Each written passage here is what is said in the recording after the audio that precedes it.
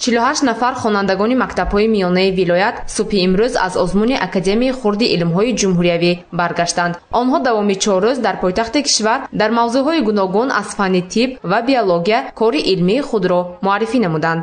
ҷараёни озмун хеле шадиднок буд. соли чандум аст ки помир бо мо хеле чӣ мекунад, бо мо чӣ гӯем рақобат мебарад ва мекӯшад ҳарчи бишортар хонандагони онҳо ба ҷойҳои намоён сазовор гарданд ва мо ҳам ҳарчи мекӯшем ки шарафи ноҳияи худ, шарафи вилояти худро баланд барборем ва ҳамин хонандагон аз озмун ду рӯз пеш рафта дар он ҷо тайёрӣ мебинам. Ман шахсан худам бо инҳо нишаста ду рӯз ҳамин тайёрии пухта дидем ва натиҷаи он буд ки ҳамаи хонандагони мо ҷойҳои намоёнро сазовор гаштанд.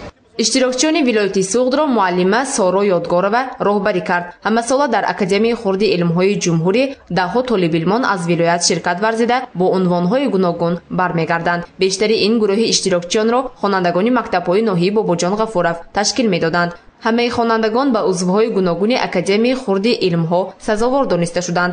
имсол дар академия аз гимназияи Гиёте наздик 6 нафар дар бахши тиб ва биология иштирок карданд.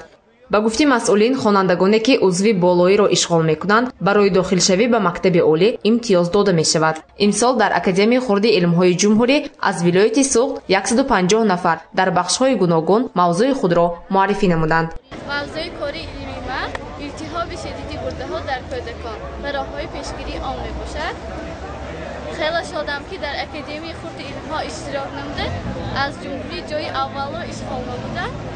аз фанни тиб касалии ҷовҳарро ҳимоя мекунам. соли 24 майи соли равон дар шаҳри Душанбе ки Академияи хурди илмҳо баргузор гардид, дар он ҷо узви ҳақиқиро гирифтам. Благодаря труду нашей учительницы Соры Наримановны мы смогли все занять учебные места, и благодаря ее труду и я шлю ей огромное спасибо. ҳангоми бозгашт аз Душанбе ғолибонро дар даромадгоҳи шаҳр пешвоз гирифтанд ва бо пирӯзӣ табрикашон карданд.